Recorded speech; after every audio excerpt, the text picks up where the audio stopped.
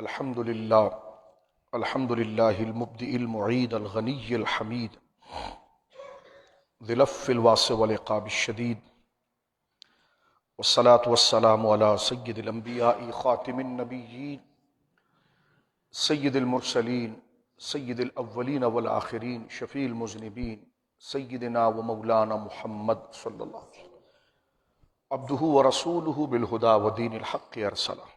اما بعد فاعوذ باللہ من الشیطان الرجیم بسم اللہ الرحمن الرحیم لا يستوی منکم من انفق من قبل الفتح وقاتل اولئک اعظم درجة من الذین انفقوا من بعد وقاتلوا وکلا وعد اللہ الحسنى واللہ بما تعملون خبیر آمنت باللہ صدق اللہ العظیم ببرکت ان اللہ ملائکتہ یصلون علی النبی یا ایھا الذین آمنوا صلوا علیہ وسلموا تسلیما اللہم صلی علی سیدنا وحبیبنا نبینا وکریمنا ومولانا محمد وبارک وسلم صلاۃ وسلاما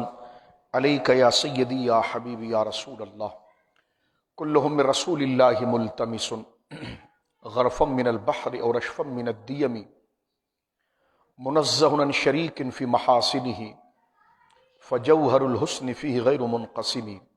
ثم الرضا عن ابی بکر وعن عمر وعن علی وعن عثمان ذی الکرم مولا صلی وسلم دائما سرمدا علی حبیبک خیر الخلق کلہم اصدق الصادقین سید المتقین اصدق الصادقین سید المتقین چشم گوش وزارت پہ لاکھوں سلام۔ اللہ کی حمد و ثنا نبی محترم نبی معظم باعث تخلیق ارض و سما صلی اللہ علیہ وعلی آلہ وصحبہ وبارک وسلم کی بارگاہ مقدسہ میں انتہائی محبت و عقیدت کے ساتھ درود و سلام پیش کرنے کے بعد تمام تعریف اللہ وحدہ لا شریک کے لیے ہے۔ جمادی الثانی کے اس مقدس اور مبارک مہینے کا چاند نظر آ چکا ہے اور آج کا یہ جمعہ جس کی مناسبت جمادی الثانی کی پہلی تاریخ سے ہے، اور جمادی الثانی وہ عظیم مہینہ ہے کہ مشہور اقوال کے مطابق 22 جمادی الثانی حضور خلیفہ بلا فصل افضل البشر بعد الانبیاء حضرت ابو بکر صدیق رضی اللہ تعالی عنہ ورداہ عنہ کا عرس پاک اور آپ کا وصال ہے۔ اہل اسلام اہل سنت الحمدللہ ہر مہینے کی مناسبت سے اسلام کی برگزیدہ شخصیات اور اسلام کی بنیادی تعلیمات کو ان مہینوں کے ساتھ ساتھ اپنے مطالعے میں اور اپنے حفظ میں اس کو متعین کرنے کے لیے، محفوظ کرنے کے لیے، مستحضر کرنے کے لیے اس کا اہتمام کرتے ہیں۔ تو اسی مناسبت سے آج کا یہ جمعہ جس کی سیریز وائز یعنی قسط وار جس کی ہم پہلی قسط کو شروع کر رہے ہیں وہ حضرت ابو بکر صدیق رضی اللہ تعالی عنہ ورداہ عنہ کا مقام و مرتبہ جو قرآن مجید فرقان حمید کی متعدد آیات کریمہ کے اندر ذکر کیا گیا، اس کو بیان کرنا مقصود ہے، اور اس سے ملنے والا پیغام اور اس سے ملنے والی ہدایات اور اس سے ملنے والے اسلامی نظریات اور اعتقادات جو امت کا اجماعی نظریہ ہے اس پر انشاءاللہ العزیز ہم کچھ گفتگو کرنا چاہیں گے۔ حضرت ابو بکر صدیق رضی اللہ تعالی عنہ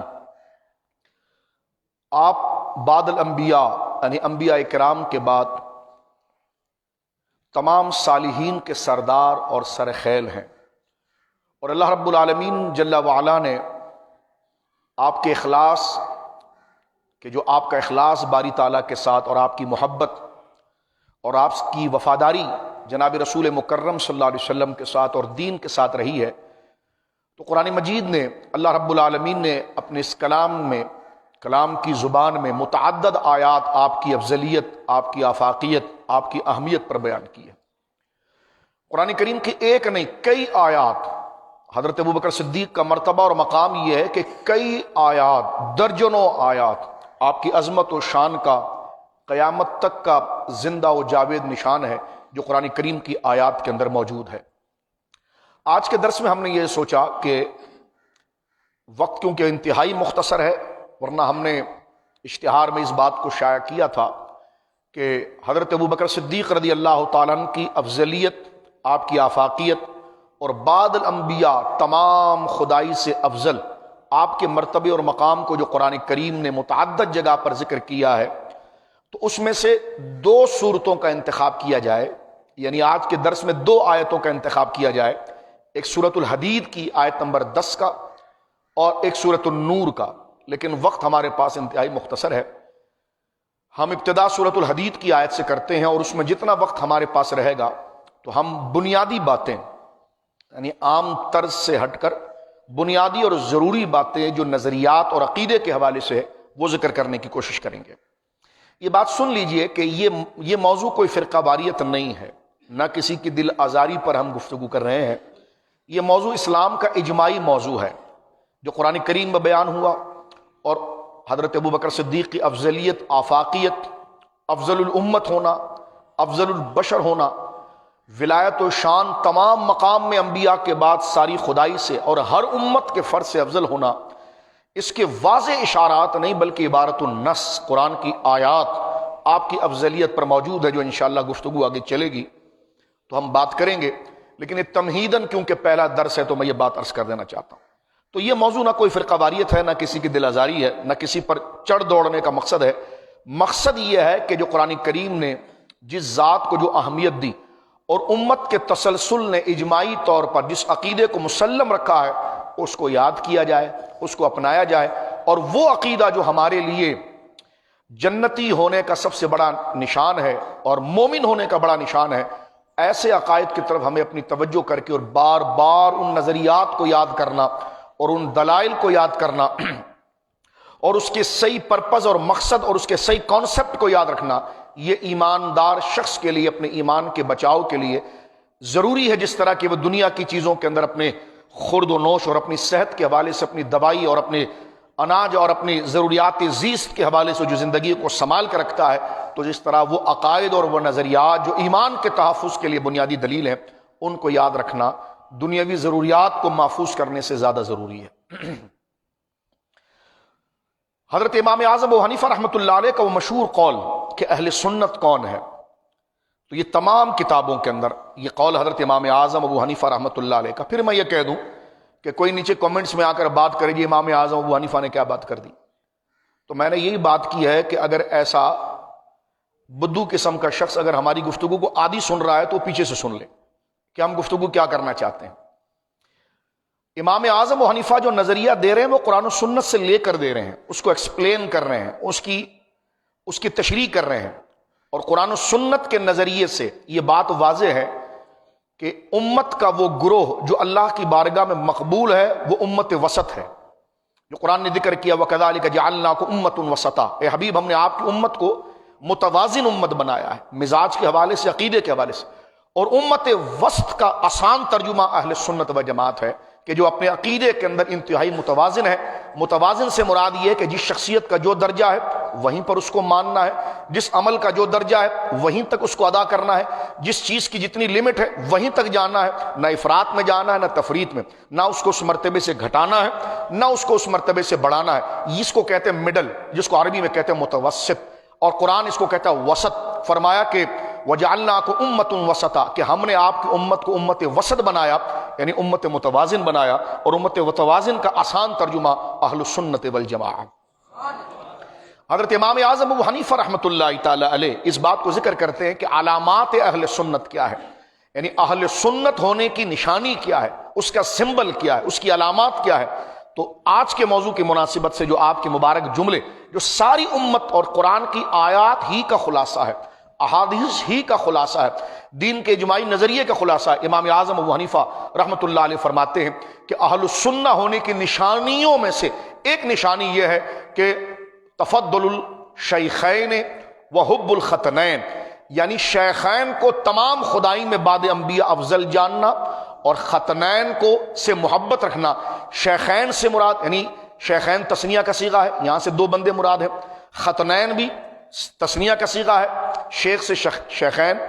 ایک ہو تو شیخ، 2 ہو تو شیخین، ایک ہو تو ختن، 2 ہو تو ختنین، تو یہاں 4 بندوں کا ذکر ہوا۔ اس سے مراد یہ ہے کہ حضرت ابوبکر صدیق اور حضرت فاروق اعظم، ان کو جماعت صحابہ کے اندر استاذوں کا استاذ کہا جاتا ہے، یعنی شیخ کہا جاتا ہے۔ اس لیے اس بات کو ذکر کرتے ہوئے ارشاد فرمایا کہ تفضل الشیخین، کہ شیخین جو ہیں یعنی ابو بکر و عمر، اہل سنت ہونے کی نشانی یہ ہے کہ وہ سنی وہ ہوگا، اہل سنت وہ ہوگا جو ابو بکر و عمر رضی اللہ عنہما کہ جن کا لقب مبارک ہے شیخین، ان کو تمام امت کے اوپر، یعنی امت یہ امت نہیں، انبیاء کے بعد جتنے بھی غیر نبی ہیں تمام پر وہ فضیلت دیتا ہوگا۔ وہ حب الختنین، اور سرکار دو عالم صلی اللہ علیہ وسلم کے دونوں ختن،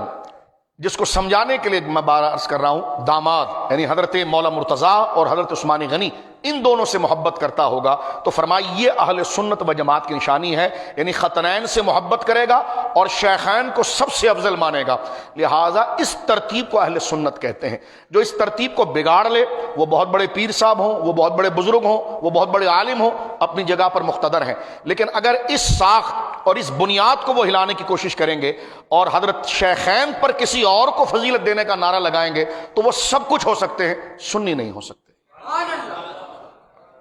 سنی نہیں ہو سکتے۔ اس لیے کہ اہل سنت، یہ کوئی ہم فتویٰ نہیں جھاڑ رہے، یہ کوئی کسی پر، میں نے پہلے عرض کیا ہے کہ بات ہم لے کر چلنا چاہ رہے ہیں قرآن کی آیات کے تحت، کیونکہ بچے بیٹھے ہیں تو لہٰذا تمہیداً پہلے ہم مقدمہ عرض کرنا چاہتے ہیں۔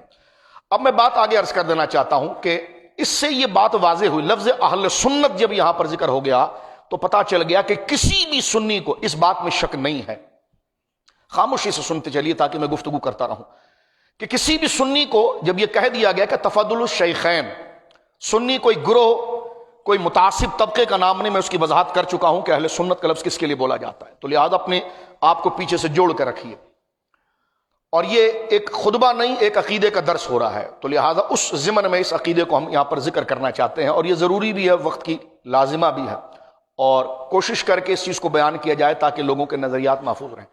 جہاں امام اعظم ابو حنیفہ رحمۃ اللہ علیہ پورے قرآن کی آیات، پوری احادیث مبارکہ اور اجماع صحابہ اور پوری اجماع امت کا یہ خلاصہ نقل کرتے ہیں اور وہ نظریہ دیتے ہیں، اس کی تعلیم دیتے ہیں کہ دربار صحابہ یعنی غیر انبیاء کے بارے میں امت کا کیا نظریہ ہے۔ انبیاء کے بارے میں تو یہ نبی عقیدہ ہے کہ حضور علیہ الصلوۃ والسلام تمام نبیوں سے افضل ہے، لیکن جو غیر نبی ہیں ان کے بارے میں کیا نظریہ ہے، تو قرآنی آیات اس بارے میں، اس کانسیپٹ میں جو غیر انبیاء میں فضیلت کے کیا درجے ہیں، اس بارے میں جو بات ذکر کرتی ہے، تو امام اعظم نے اس کو ذکر کر دیا کہ تفضل الشیخین، یعنی اس میں عقیدہ نظریہ یہ ہے کہ اہل سنت وہ ہے کہ جو ابو بکر صدیق رضی اللہ عنہ اور حضرت فاروق اعظم رضی اللہ تعالی عنہ، ان دونوں بزرگوں کو تمام انبیاء کے بعد جو غیر نبی ہیں ان سے افضل مانتا ہوگا۔ لہذا اس بات سے پتا چلا کہ سنی جو ہوگا تو اہل سنت میں کسی بھی فرد کو شک بھی نہیں ہوگا کہ وہ اس عقیدے کے خلاف عقیدہ نکالے، کیونکہ سنی ہونے کی نشانی یہ ہوگی، جس طرح مومن ہونے کی نشانی اللہ کی توحید کو قبول کرنا ہے، نبی کریم علیہ الصلوۃ والسلام کی رسالت کو قبول کرنا ہے، تو لہٰذا کوئی یہ کہے کہ جناب مومن کو توحید میں شک ہو سکتا ہے، تو مومن کو توحید میں کیسے شک ہو سکتا ہے کہ جو مومن ہے تو توحید کا ماننے والا ہے، وہ تو رسالت کا ماننے والا ہے، اسی طرح جو سنی ہے وہ حضرت ابو بکر کی افضلیت کا ماننے والا ہے۔ یہ ایسا نہیں ہے کہ ہم کوئی قوالی سن کر، کوئی جذباتی منقبت کو سن کر، کوئی معاملات کو سن کر کوئی اکیلا عقیدہ نکالا، اور یہ ایسا بھی نہیں ہے کہ آج 4-5 پیر مولوی بیٹھ کر اس کو کسی آستانے پر نپٹائیں، یہ عقیدہ صدیوں سے چلا ہے اور قرآن ثابت ہے، اللہ نے، اللہ کے دین نے، صحابہ نے، اسلام نے اس عقیدے کو نہ کسی پیر کے ہاتھ چھوڑا نہ کسی مولوی کے ہاتھ چھوڑا ہے، یہ سارے عقیدے ڈسکس ہو گئے، قرآن میں آ گئے، اب سنی وہی ہے جو اس کو لے کر چلے گا، اب اس میں کسی کی رائے کو دخل نہیں ہے۔ جتنے اجلہ علماء، میں اس بات کو اس لیے ذکر کرنا چاہتا ہوں، حضرت سیدنا داتا گنج بخش علی حجویری رحمۃ اللہ علیہ کا جب یوم آتا ہے، یا غوث اعظم کا یوم آتا ہے، یا حضرت شیخ محقق کا یوم آتا ہے، یا حضرت پیر محلی شاہ صاحب کا یوم آتا ہے، یا اعلیٰ حضرت کا یوم آتا ہے، تو اس میں ہم ان بزرگوں کے حالات کو پڑھتے ہیں، سنتے ہیں، جو ان کے عرس کی تاریخ آتی، جس طرح بھی سیدنا ابو بکر صدیق کی آئی، تو ہم اہل سنت الحمدللہ بزرگوں کے ایام مناتے ہیں۔ ایام منانے کا سب سے بڑا مقصد یہ ہوتا ہے کہ ان کی زندگی کیسی گزری، ان کی تعلیمات کیا تھی، وہ کیا زندگی شب و روز کیسے گزارتے تھے، تو اس ضمن میں میری کوشش یہ ہوتی ہے کہ جتنے ہمارے اکابر، سرکار غوث اعظم، سرکار داتا صاحب، سرکار غریب نواز خواجہ نظام الدین اولیاء، سرکار بابا فرید، جو بر صغیر کے اجلہ اولیاء ہیں، جن کی وجہ سے اسلام کو طاقت ملی ہے اور جن کی وجہ سے لوگ مسلمان اب تک ہیں، اور اسلام ان کے نام سے بندے کے دل کے اندر ایک ایمان کا جذبہ پیدا ہوتا. تو جب ہم ان اولیاء کا ذکر کرتے ہیں تو ان اولیاء کے ذکر میں یہ کوشش کرتا ہوں کہ ان اولیاء کے نظریات کیا تھے، انبیاء کے بارے میں کیا تھے، توحید کے بارے میں کیا تھے، قرآن کے بارے میں کیا تھے، صحابہ کے بارے میں کیا تھے، اہل بیت کے بارے میں کیا تھے. تو انہی کی کتاب سے ہم ڈسکس کرتے ہیں. جیسے حضرت ابو داتا صاحب کے حوالے سے ہم نے ذکر کیا تو داتا صاحب نے اپنی کتاب کشف المحجوب شریف، جس سے خود داتا صاحب کی زندگی کو سمجھنے کے لیے وہی ایک حوالہ ہے. داتا صاحب نے اپنی اس کتاب کے اندر لکھا ہے کہ جناب تمام انبیاء کے بعد تمام خدائی میں افضل ابو بکر صدیق ہیں. اب نیچے اگر کوئی کمنٹس کرنے لگا یہ آپ نے بات کیسے کر دی، یہ میں نے نہیں کی حضور، یہ داتا صاحب نے کی ہے. پیر صاحب یہ میں نے نہیں کی، یہ داتا صاحب نے کی ہے. حضرت سیدنا غوث اعظم رضی اللہ تعالیٰ عنہ غنیۃ الطالبین کے اندر درجنوں جگہ پر اس مسئلے کو لکھا اور واضح کیا کہ صحابہ کرام کی جماعت کے اندر افضلیت جو ہے، اور یہ افضلیت میں آگے بتاؤں گا آپ کی یہ کس لفظ پر بولا جاتا ہے، بزرگی کے لیے، سب سے بڑے ہونے کے لیے کس معنی میں کہا جاتا ہے وہ آگے ہم ڈسکس کریں گے. لیکن پہلے تمہیدی اس کا ایک جرنل کانسیپٹ آپ سمجھ لیجیے. یہ حضرت غوث اعظم نے لکھا. تو کسی نے کہا کہ جی آپ نے ایک کیسی بات کر دی. میں نے کہا پیر صاحب آپ قادری ہیں، یہ قادریوں کے پیر غوث پاک نے کی ہے. تو میں نے کہا یہ دھاندلی بھی نہ کی جائے کہ آپ ہم پر چڑھ دوڑیں کہ یہ آپ کیا بات کر رہے ہیں. ہم کس کی بات کر رہے ہیں یہ دیکھیے. آپ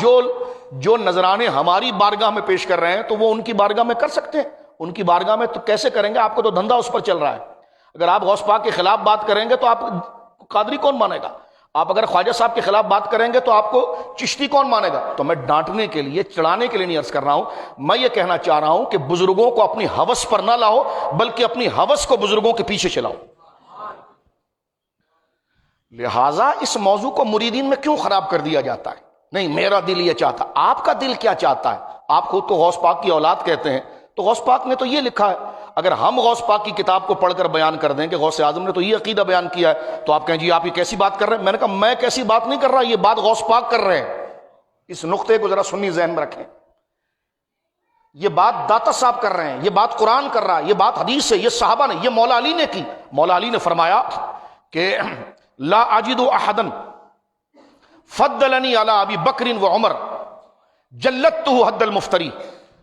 فرمایا کہ اگر میں کسی ایسے، حضرت مولا مرتضیٰ نے کوفے کے منبر پر فرمایا اگر میں ایسے بندے کو دیکھوں کہ فضلنی، جو مجھے فضیلت دیتا ہو، ابی بکر و عمر، ابو بکر و عمر پر فضیلت دیتا ہوں، لجلدتہ حد المفتری. تو تہمت لگانے والے کے لیے قرآن نے 80 کوڑے کی سزا لگی ہے نا، تو میں اس جھوٹے تہمت لگانے والے پر جو مجھ پر یہ تہمت لگا رہا ہے کہ میں ابو بکر سے افضل ہوں، فرمایا اس تہمت پر میں اسے 80 کوڑے ماروں گا. کہنے کہ کیسی بات کر دی؟ میں نے کہا مولا علی نے کی ہے.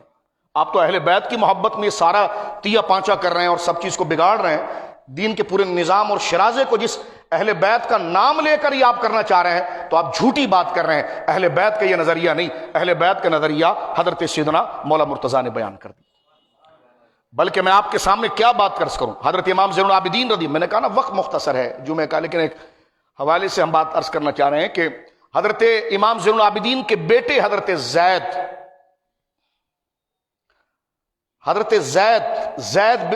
جو حضرت امام زین العابدین کے بیٹے ہیں، آپ کو پتا ہے اگر تاریخ سے تھوڑا دخل ہو تو آپ کو شہید کیا گیا، اور آپ کی بارے میں یہ کہ 3 سال تک آپ کی جسد مبارک، لاش مبارک درخت سے ٹنگی ہوئی تھی. اتنی بے دردی سے آپ کو شہید کیا گیا. 3 سال تک حضرت زید کی لاش کو ٹنگایا گیا لیکن آپ کے بدن مبارک پر ہلکا سا بھی زخم پیدا نہیں ہوا. یہ آپ کی کرامات میں سے تھی. لیکن آپ کو شہید کہ آپ کے پاس لشکر نہیں تھا. اس وقت کے حکمران جس طرح کے سرکار مولا امام حسین یزید کے خلاف نکلے تھے، اسی طرح آپ کا پوتا حضرت زید، آپ کے بیٹے حضرت زین العابدین کا بیٹا زید، وقت کے جو حکمران تھے وہ شریعت کی مخالفت کر رہے تھے، شریعت کے خلاف کام کر رہے تھے، شریعت کی تاریخ کو مسخ کر رہے تھے. حضرت زید نے ایک پورا لشکر تیار کیا ان کے خلاف، اور وہ لشکر میں اکثر وہ لوگ تھے جو حضرت ابوبکر کو نہیں مانتے تھے. ایک بندہ اس میں سے آیا، حضرت آپ کو بھری سامنے دشمن کھڑے ہیں جو آپ کو ذبح کرنے کے لیے آئے ہیں، جو حکومت اور ریاستی ادارے سامنے ان کی افواج اور پولیس کھڑی ہوئی ہے جو آپ کو ابھی پکڑے گی، اور آپ کو بچنے کے لیے سب سے بڑا سرمایہ آپ کا وہ لشکر ہے. لیکن اس لشکر میں آپ شہید ہونا گوارا کرتے ہیں لیکن عقیدے کے ساتھ دھوکہ نہیں کرتے. غور سے سنیے، اس لشکر کا جو کمانڈ سنبھالا ہوا تھا وہ بدعقیدہ تھا. وہ صرف اہل بیت کی محبت میں آپ کے ساتھ لگا ہوا تھا کہ آپ امام حسین کے پوتے ہیں. آپ کے قریب آ کر کہنے لگا کہ ہم یہ جو سامنے جو لشکر کھڑا ہے نا آپ کے، ہم اس کے دانت کھٹے کر کے رکھ دیں گے، یہ آپ کی طرف آئے گا کیسے؟ لیکن پہلے آپ ہمیں یہ بتائیے آپ ابو بکر عمر کے بارے میں کیا کہتے ہیں؟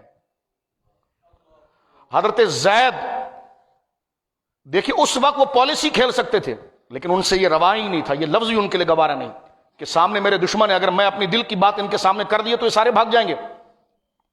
کیونکہ یہ تو ابو بکر عمر سے چڑھنے والے ہیں۔ لیکن تاریخ اس بات پر گواہ ہے، آپ نے ان کی طرف دیکھ کر کہا کہ میں کیا کہتا ہوں، جو میرے دادا نے کہا، جو میرے پردادا نے کہا، جو ہمارے گھروں میں بات ہوئی۔ تو میرے دوستو، ہمارے گھروں میں یہی باتیں ہوتی رہتی، یعنی حضرت زید اپنے گھر کی بات بتا رہے ہیں، بچپن میں اپنے ماں باپ سے یہی سنا تھا، ہمارے بزرگوں نے یہی بتایا کہ ہم اہل بیت، ہم رسول اللہ کے خاندان والے ابو بکر عمر سے بہت محبت کرتے ہیں۔ یہ کہنا تھا کہ اس نے آگے سے آپ کا گریبان پکڑا،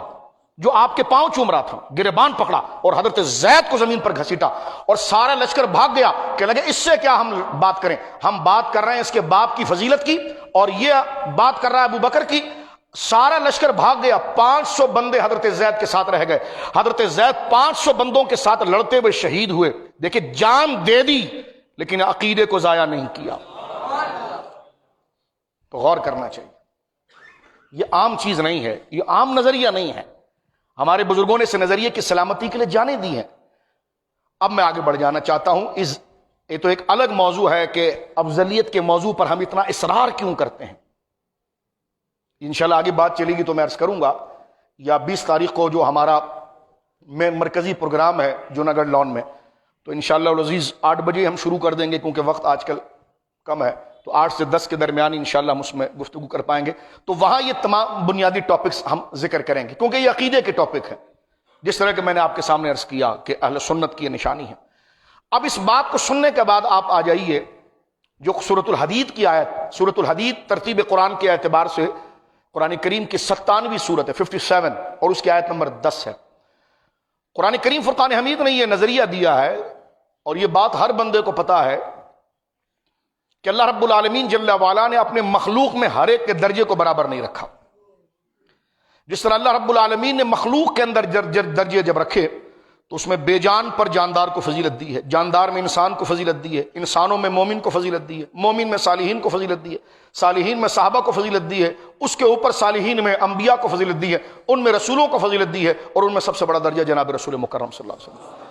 تو اللہ رب العالمین جل وعلا نے اپنی مخلوق کے اندر درجے رکھے ہیں، جس طرح قرآن کریم فرقان حمید نے 3 پارہ جیسے شروع ہوتا ہے تو آپ پڑھتے ہیں کہ تلک الرسول فضلنا بعضهم علی بعض، کہ ہم نے بعض رسولوں کو بعض رسولوں کو فضیلت دی ہے۔ اب کوئی کہ جناب یہ آپ نے فضیلت کا عقیدہ کہاں سے نکال دیا؟ یہ کوئی ضروری عقیدہ نہیں۔ میں نے کہا اگر یہ قرآن میں یہ لفظ نہ آئے ہوتے تو ضروری نہیں تھا، لیکن جب قرآن نے یہ کہہ دیا کہ ہم نے بعض کو بعض پر بڑا اور عظمت والا بنایا ہے، تو اب اگر اس کو عظمت والا نہیں مانیں گے تو قرآن کا انکار ہو جائے گا۔ تو لہٰذا افضلیت کا نظریہ یہ گھر کا نہیں، قرآن کی باتوں کا تقاضا ہے۔ اس بات کو ذرا سمجھ۔ اگر کوئی یہ کہے کہ نبی پاک صلی اللہ علیہ وسلم کو میں افضل نہیں مانتا، کوئی افضل کوئی بھی نبی ہو، حضرت موسیٰ کو کہہ دے تو کیا حرج ہے، حضرت ابراہیم کو کہہ دے تو کیا حرج ہے؟ آپ کہیں گے حرج ہوگا، کیونکہ قرآن جو ایک لائن ڈال دے، قرآن جو ایک عقیدہ بیان کر دے، اس کے مقابلے میں آپ اپنی رائے سے اس نظریے کو تبدیل نہیں کر سکتے۔ جب قرآن نے یہ کہہ دیا ہے کہ ہم نے بعض رسولوں کو بعض رسولوں پر فضیلت دی ہے، تو پتا چلا رسول ہونے میں سب برابر ہیں، فضیلت میں سب برابر نہیں۔ لیکن اگر آپ کہیں نہیں جناب فضیلت میں سب برابر ہو سکتے ہیں، تو ہم نے کہا یہ بات ہم نہیں مان سکتے، کیونکہ قرآن نے کہہ دیا ہے کہ فضیلت میں سب